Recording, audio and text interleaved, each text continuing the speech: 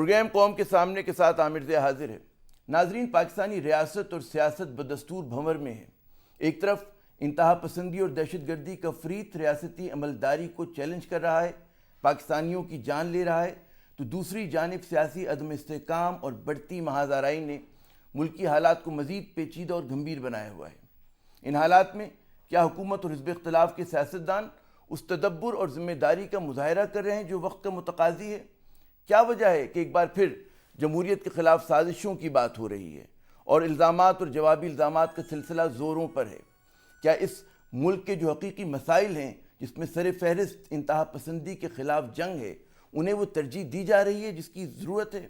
آج ہم انہی امور پر بات کریں گے۔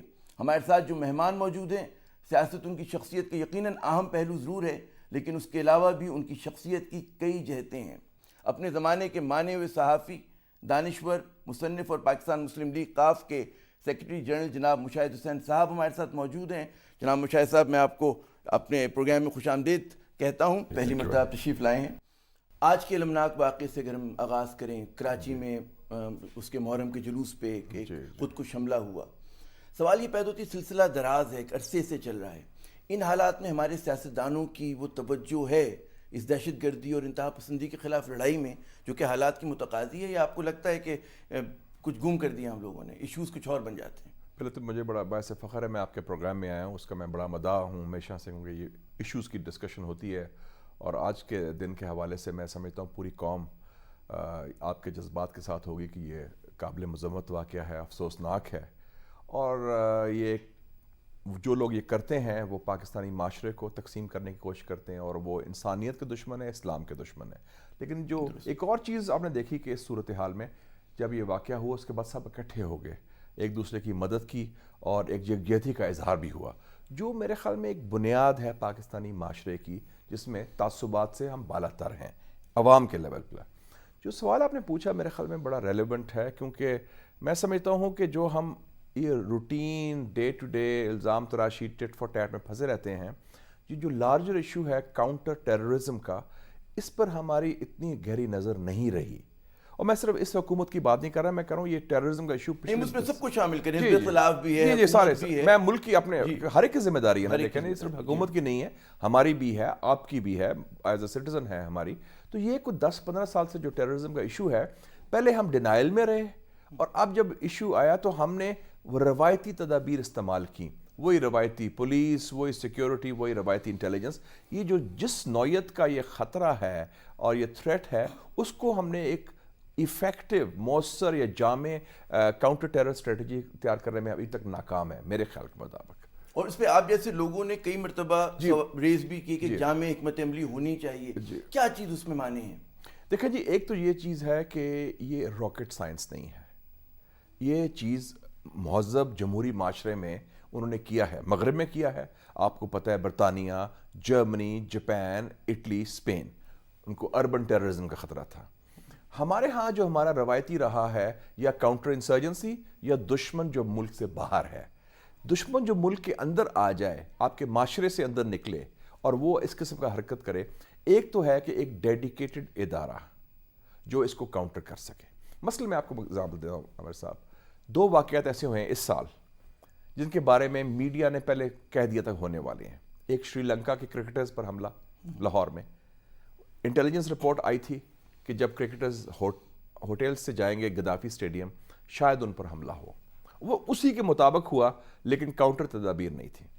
GHQ پر حملہ، اس کے بارے میں بھی رپورٹس تھیں کہ شاید دہشت گردی اسالٹ کرنے کی کوشش کریں گے، اینٹیسپیٹ کر سکتے ہیں، اینٹیسپیٹ، دیکھیں نا وہ چھپ چکی ہے خبر، اس کے بارے میں انٹیلیجنس رپورٹس بھی آئی ہیں۔ اس کا مطلب ہے ہمارے پاس ایک تو فقدان ہے کوآرڈینیشن کا، سول اور ملٹری کا انٹیلیجنس کے اوپر، وفاقی حکومت اور صوبائی حکومت کا، اور میرے خیال میں اب نیا ادارہ بنانا پڑے گا جو ایک اینٹی ٹیررزم ٹاسک فورس کہہ لیں، کیونکہ روایتی ہے کہ وزارت داخلہ ہے یا پولیس ہے، پولیس بیچاری ٹریفک کا کام بھی کرتی ہے، تھانے کا کام بھی کرتی ہے، اور VIP سیکیورٹی بھی کرتی ہے، تو یو نیڈ پروفیشنل ڈیڈیکیٹ، اور plus forensic DNA experts coordination.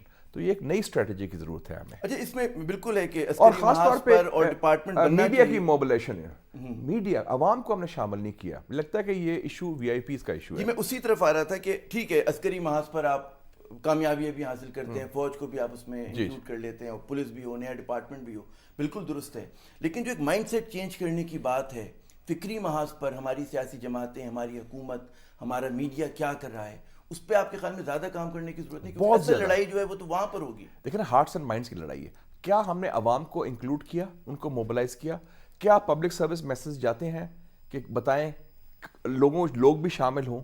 لوگ تو اس چیز میں آپ کے ساتھ ہیں نا. لوگوں کو ہم نے شامل نہیں کیا, اور لوگوں کو شامل کرنے کا طریقہ دو ہیں, ایک میڈیا کے ذریعے اور ایک سیاستدانوں کے ذریعے, اور پھر مذہبی جو اسکالرز ہیں ان کا بھی فرض بنتا ہے, کیونکہ اسلام ایک اتنا عظیم جو مذہب ہے ہمارا, امن کا, یکجہتی کا, ہم آہنگی کا, اس کو اگر کوئی استعمال کرتا ہے تشدد کے لیے تو یہ تو پھر بالکل. اور اس میں مشاہد صاحب ایک اور بات جو لوگ بہت زیادہ ریز کرتے ہیں پوائنٹ, کہ یہ جو ہمارے نیم خواندہ مولوی حضرات ہیں, میں علماء کی بات نہیں کر رہا کہ جو جید عالم ہے اور انہیں مذہب کا پتہ ہے, لیکن جس طرح سے انہوں نے ایشوز کو کنفیوز کیا ہے, جہاد کی غلط انٹرپریٹیشن کی ہے, اسلام کی بہت مائوپک انٹرپریٹیشن کی ہے, تو اس کا کیا حل ہوگا؟ اس میں آپ کو لگتا ہے کہ ہماری مذہبی جماعتیں اس لڑائی میں آن بورڈ ہیں, یا ابھی بھی وہ جو ایک قومی مفاہمت کی اور ایک آپ کو کنسنسس کی ضرورت ہوتی ہے وہ نظر نہیں آتی؟ دیکھیں وہ تو اختلاف رائے ہو سکتا ہے, وہ نئی بات نہیں ہے. وہ اختلاف رائے تحریک پاکستان میں بھی تھا. قائد اعظم ایک پروگریسو ڈیموکریٹک مسلم لیڈر تھے, ان کے مخالفین تھے. وہ علامہ اقبال کے زمانے میں بھی تھا اس اختلاف رائے. وہ سر سید احمد خان کے زمانے میں بھی وہ اختلاف رائے تھا, ایک پروگریسو ڈیموکریٹک ویژن اور ایک دوسرا ویژن. لیکن بنیادی طور پر جو پروگریسو ویژن تھا وہ جیت گیا, کیونکہ عوام اس کے ساتھ تھے, عوام کو موبلائز کیا گیا. تو وہ اپنی جگہ ہے. میں ابھی بھی سمجھتا ہوں جو آپ کی بیشتر اکثریت ہے وہ اس نئے جو قائد اعظم اور ہمارے فاؤنڈنگ فادرز کا ویژن ہے ان کے ساتھ ہیں. ان کو موبلائز کرنے کی ضرورت ہے.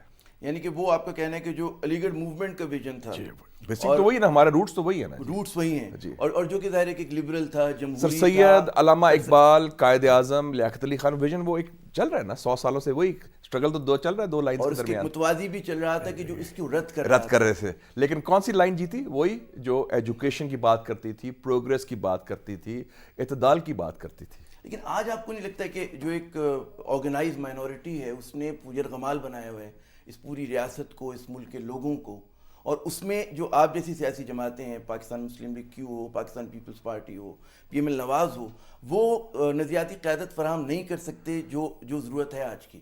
ان کی زیادہ منظم طریقے سے ضرورت ہے. لیکن آپ الیکشنز دیکھ لینا, ووٹ تو ڈیموکریٹک اور پروگریسو اور ماڈریٹ فورسز کو ہی ملتے ہیں نا جی, تو سپورٹ تو ان کی زیادہ ہے. تو اب ان کو ضرورت ہے موبلائز کرنے کی. دیکھیں ہم نے جیسے کیا, آل پارٹیز کانفرنس ہوئی, گورنمنٹ نے بلائی, ہم نے تعاون کیا. I was one of those who drafted the declaration. اس میں سب کو آن بورڈ کیا. یہ جو سوات آپریشن سے پہلے ہوا, پھر ہمارے لوگ فرنٹیئر میں شہید بھی ہوئے. ہم نے جلسے جلوس کیے وہاں, ہمارے امیر مقام صدر ہیں, 3 جگہ انہوں نے جلسے کیے, سوات میں, مالاکنڈ میں. آپریشن کے بعد بھی سب سے پہلے جلسہ ہم نے کیا. اب بھی ہم فیلڈ میں جا رہے ہیں. اگر ہم خوفزدہ ڈرے رہیں گے اپنے ڈرائنگ رومز میں یا اسلام آباد میں یا لاہور میں یا شہروں میں, پھر تو آپ کیا کریں گے؟ لوگ تو اور کو ڈرانے والی بات ہے. You have to go to the field, you have to give this vision very clearly. اچھا, کم و بیش وہی پالیسیز آج بھی فالو ہو رہی ہیں جو مشرف دور میں تھیں, آپ کے دور حکومت میں تھیں. جی بالکل. دہشت گردی کے خلاف لڑائی کی بات کرتے ہیں اور انتہا پسندی کے خلاف, لیکن اس میں پھر بھی جو جیسا آپ نے کہا کہ ایک نیا ادارہ ہونا چاہیے. جی میں اور کیا میجرز آپ سمجھتے ہیں کہ ہونے چاہیے کہ اس پالیسی کی جو ویکنیسز ہیں یا اس کو مزید افیکٹو بنانے کے لیے؟ اس میں 2-3 چیزیں بڑی ضروری ہیں. ایک ہے جو ڈومیسٹک کمپوننٹ ہے, جیسے میں نے کہا کہ ایک comprehensive and counter terror strategy, جس میں میڈیا بھی شامل ہو, علماء بھی شامل ہو, سیاسی قوتیں بھی ہوں. نئے ادارے کی ضرورت ہے اور ادارہ جو ہے افیکٹولی کام کرے. گورنمنٹ نے اناؤنس کیا تھا کہ